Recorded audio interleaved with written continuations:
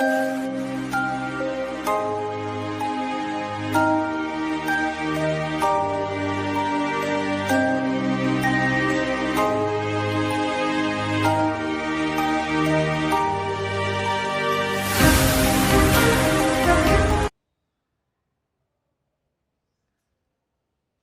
Students, कैसे हैं सब।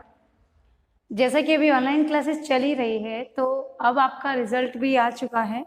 तो अब अपन फैकल्टी के अनुसार अपनी क्लासेस और सब्जेक्ट की ऑनलाइन क्लास देख ही रहे होंगे, राइट।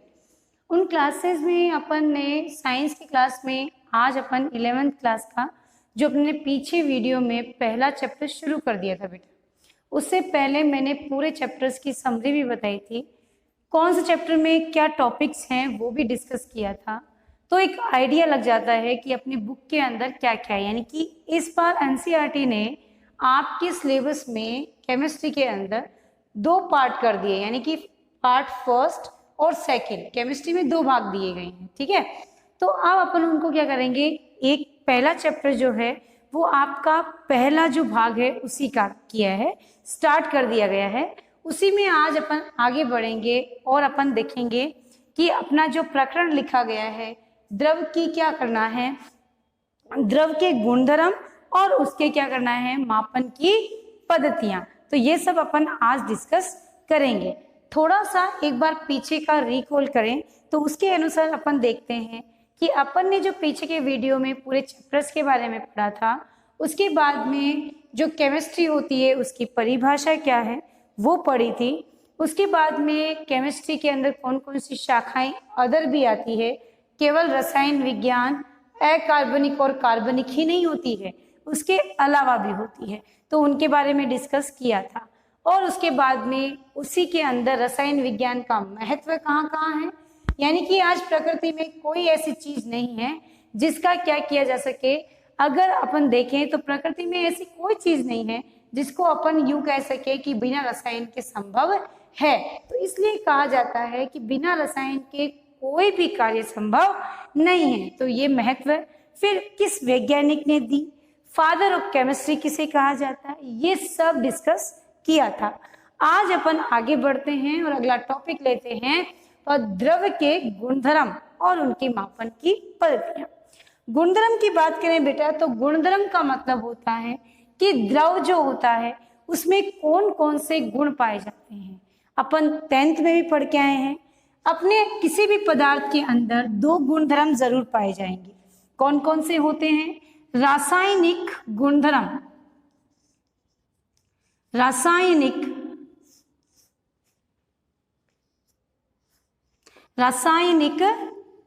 गुणधर्म और भौतिक गुणधर्म। भौतिक गुणधर्म,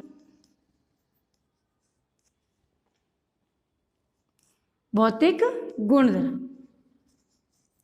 अब रासायनिक गुणधर्म क्या होते हैं और भौतिक क्या होते हैं। देखो बेटा, भौतिक गुणधर्म का मतलब ये होता है कि कोई भी वस्तु को बाहर से देखने पर उसमें चेंज नजर तुरंत आ जाता है, जैसे कि रंग, गंध, और ये ऐसे हैं जो तुरंत बदल भी जाते हैं, यानी अपनी मूल अवस्था में आ सकते हैं। रंग, गंध, ये सब ऐसी चीजें हैं, विलयता है ना, गलनांक, क्वथनांक,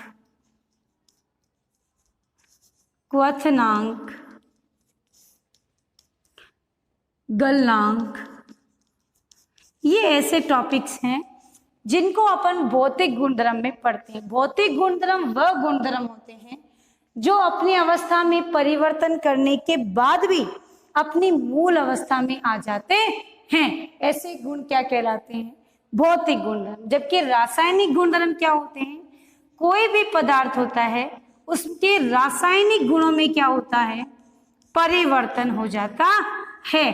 रासायनिक गुण परिवर्तन मतलब ऐसी परिवर्तन जो पदार्थ बदलता है वो वापस अपनी मूल अवस्था में नहीं आ सकता है।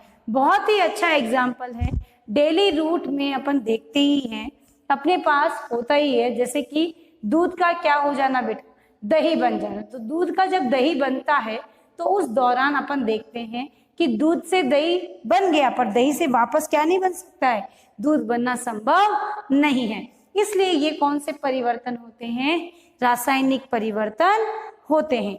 आगे चलते हैं, रासायनिक परिवर्तन और भौतिक परिवर्तन तो इनके गुणधर्म हैं। अब आगे का टॉपिक है आपका मापन। मापन क्या है और किस तरह से किया जाता है, इसको अपन आज थोड़ा डिस्कस कर लेते हैं। मापन मतलब कोई भी पदार्थ है, उसके आयतन में, उसके द्रव्यमान में, उसके घनत्व में क्या परिवर्तन है, इनके मापने की इकाई क्या है, तो ये सब क्या होता है? मापन क्रिया होती है। मापन क्रिया में कई पद्धतियां चलती है, जैसे सीजीएस पद्धति चलती है, एमकेएस या एसआई पद्धति चलती है, इंटरनेशनल सिस्टम यूनिट।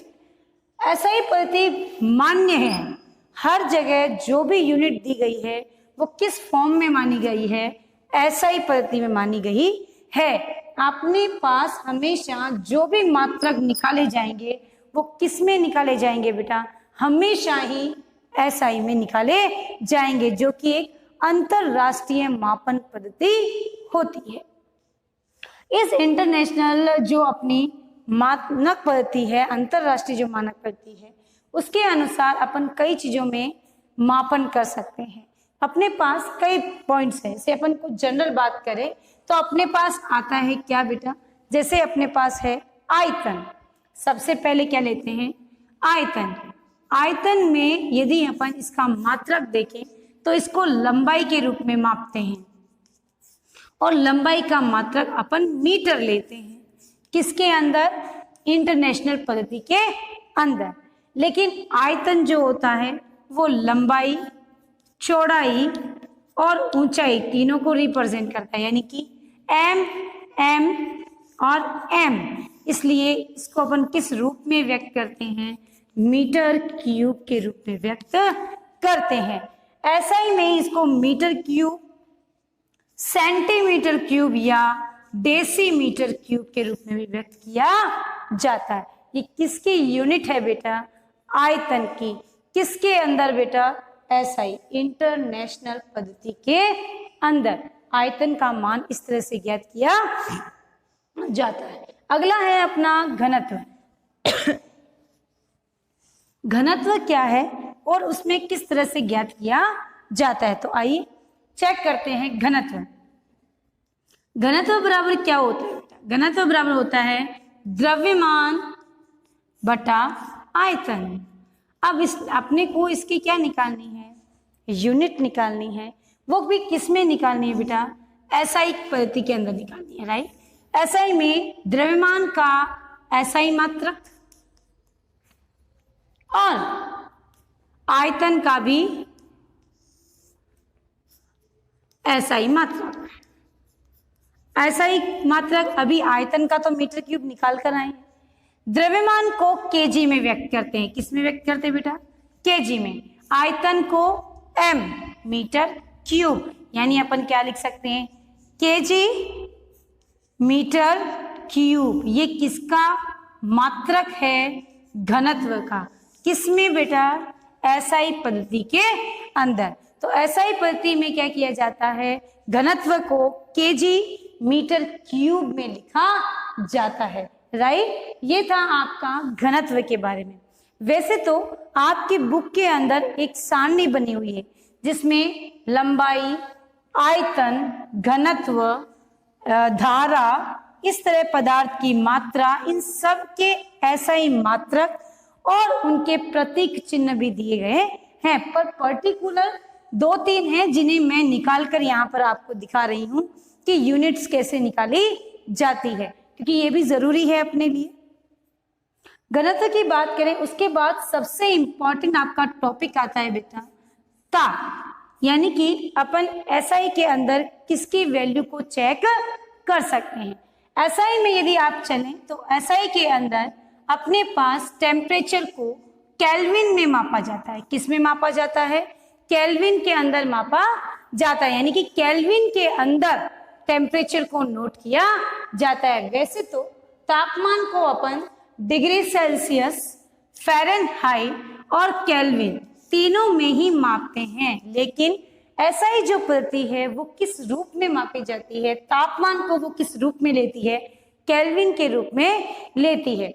अब डिग्री सेल्सियस को फ़ारेनहाइट में, फ़ारेनहाइट को केल्विन में कैसे चेंज किया जाता है, तो इसके लिए टेम्परेचर में एक सिस्टम बताया गया है, यानी एक फॉर्मूला बेस दिया गया है कि अपन किसी भी वैल्यू को, किसी भी टेम्परेचर को केल्विन में, केल्विन को डिग्री सेल्सियस में और फ़ारेनहाइट में कैसे चेंज कर सकते हैं। तो आइए अपन एक बार वो फॉर्मूला चेक कर लेते हैं। तो सबसे पहले अपने को ये देखना है कि यदि कोई वैल्यू फ़ारेनहाइट में दी हुई हो तो उसका अपन किस तरह से, तो उसका फॉर्मूला होता है 9/5 डिग्री सेल्सियस प्लस 32।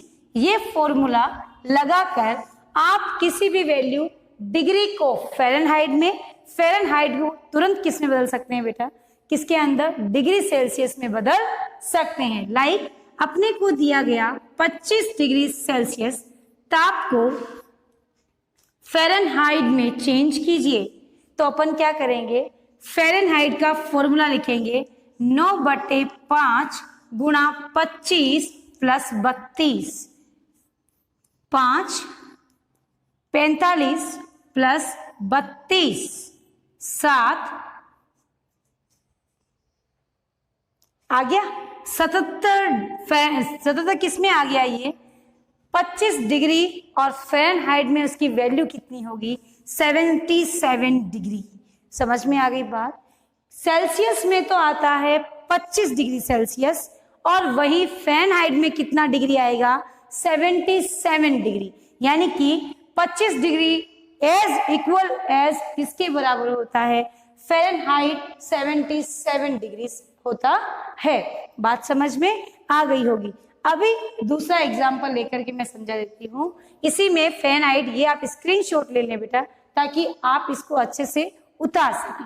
अगला है आपका क्या बेटा, केल्विन। क्या है, केल्विन। यदि केल्विन है अपने पास और डिग्री सेल्सियस है, तो डिग्री सेल्सियस को केल्विन में बदलना है तो अपन क्या कर सकते हैं, डिग्री सेल्सियस की वैल्यू को के अंदर आप 273.15 जोड़ दें तो वो वैल्यू डिग्री सेल्सियस की किस में कन्वर्ट हो जाती है बेटा, केल्विन में। जैसे अभी मैंने एग्जांपल दिया 25 डिग्री, तो 25 डिग्री को यदि केल्विन में बदलना है तो 25 प्लस क्या कर दीजिए 273.15, तो वैल्यू कितनी आ जाती है 298.15 डिग्री किस में आ जाता है बेटा, केल्विन में आ जाता है।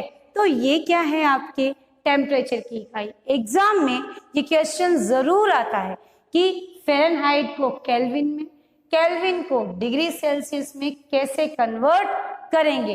तो अच्छे अपने को ये पता होना चाहिए कि डिग्री सेल्सियस केल्विन और फ़ारेनहाइट में कैसे चेंज हो जाता है, क्योंकि आपको जो वैल्यू दी जाएगी वो हमेशा डिग्री सेल्सियस में ही दी जाएगी। डिग्री सेल्सियस में इसलिए दी जा रही है क्योंकि वो ऐसा ही मात्रक के, केल्विन में इसलिए दी जाएगी क्योंकि वो क्या है, ऐसा ही मात्रक के अकॉर्डिंग सही है। वैल्यू केल्विन में ज्यादातर दी ही जाती है, तो केल्विन को डिग्री में बदलो, फिर डिग्री को फ़ारेनहाइट में चेंज किया जा सकता है।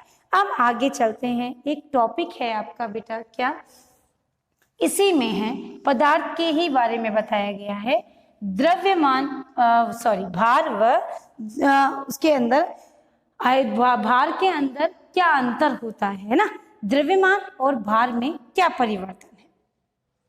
तो द्रव्यमान और आपका भार दो चीजें, राइट, पर इन चीजों को हम अलग अलग पढ़ाते हैं 11th में। अब तक तो आपने क्या पढ़ा पता है कि जो द्रव्यमान है वही भार है, लेकिन स्पेसिफिक नहीं पढ़ा। अब पढ़ना है द्रव्यमान भार एक नहीं है बेटा। द्रव्यमान क्या है, किसी भी पदार्थ में उपस्थित द्रव्य की मात्रा है। क्या है बेटा, पदार्थ में उपस्थित द्रव्य की मात्रा। वही भार क्या है, उसका मात्रा में कितना वजन है, यानी कि वेट है इसका। तो भार तो क्या होता है, बदल सकता है, लेकिन किसी भी पदार्थ में उपस्थित द्रव्य की मात्रा कभी बदली नहीं जा सकती। फॉर एग्जाम्पल, जैसे कि आज अपना वेट यहीं पर किया गया, अर्थ पर, पृथ्वी पर किया गया, तो पृथ्वी पर हैं और अपन अपने आप को कितना केल्विन भार में महसूस कर रहे हैं, केजी में कितना महसूस कर रहे हैं, सॉरी अपन कर रहे हैं अपने आप को 40 किलो, नहीं अपने ने अपने वेट किया तो अपन पृथ्वी पर कितना है 40 केजी। अब वहीं अपन भार तो अपना महसूस कर रहे हैं, भार में तो परिवर्तन आ सकता है पर द्रव्यमान कभी बदलता नहीं है। यानी द्रव्यमान को यदि आप चेक करें तो द्रव्यमान तो कभी नहीं बदलेगा, यानी आपका 40 ही रहेगा, लेकिन भार यहाँ अपन भारी महसूस हो सकते हैं, पर वहीं यदि अपन पैराशूट लगाकर उड़ने की कोशिश करें तो आसमान में अपने आप को क्या करेंगे, थोड़ा सा हल्का महसूस करेंगे। अर्थात द्रव्य की मात्रा बदलती नहीं है पर भार में परिवर्तन किया जा सकता है। तो ये है आपका क्या, द्रव्यमान और भार में अंतर। द्रव्यमान चेंज हो सकता है पर चेंज नहीं हो सकता है, पर भार में परिवर्तन किया जा सकता है। तो हमेशा यही चीज ध्यान में रखनी है कि द्रव्यमान और भार में क्या क्या परिवर्तन होते हैं। द्रव्यमान अलग है, भार अलग चीज होती है। द्रव्यमान को बदलना संभव नहीं, क्योंकि किसी भी पदार्थ में आप चेक कर लें वो उसकी मात्रा क्या होती है, फिक्स होती है। यानी अपन अपने आप को ही देख लें, अपने अंदर जो भी बॉडी पार्ट्स है तो उनको निकाला थोड़ी जाता है कि यदि अपन ऊपर जाएंगे तो।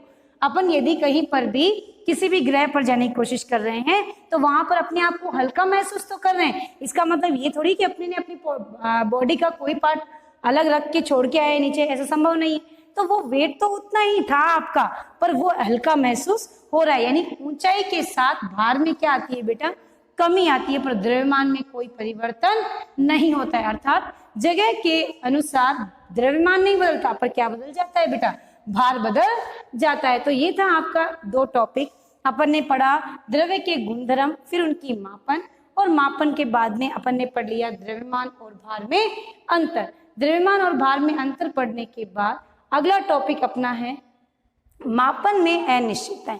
मापन में कई अनिश्चितताएं हो सकती है, कई त्रुटियां भी हो सकती है। तो इन त्रुटियों को दूर करने के लिए हम क्या करते हैं, कोई भी मापन पद्धति होती है उसमें एसआई के अनुसार उस मात्रक को लिया जाता है और उनकी त्रुटियों को ज्ञात किया जाता है। तो ये त्रुटियां निकालकर हम लोग उसका सही निर्धारण करते हैं।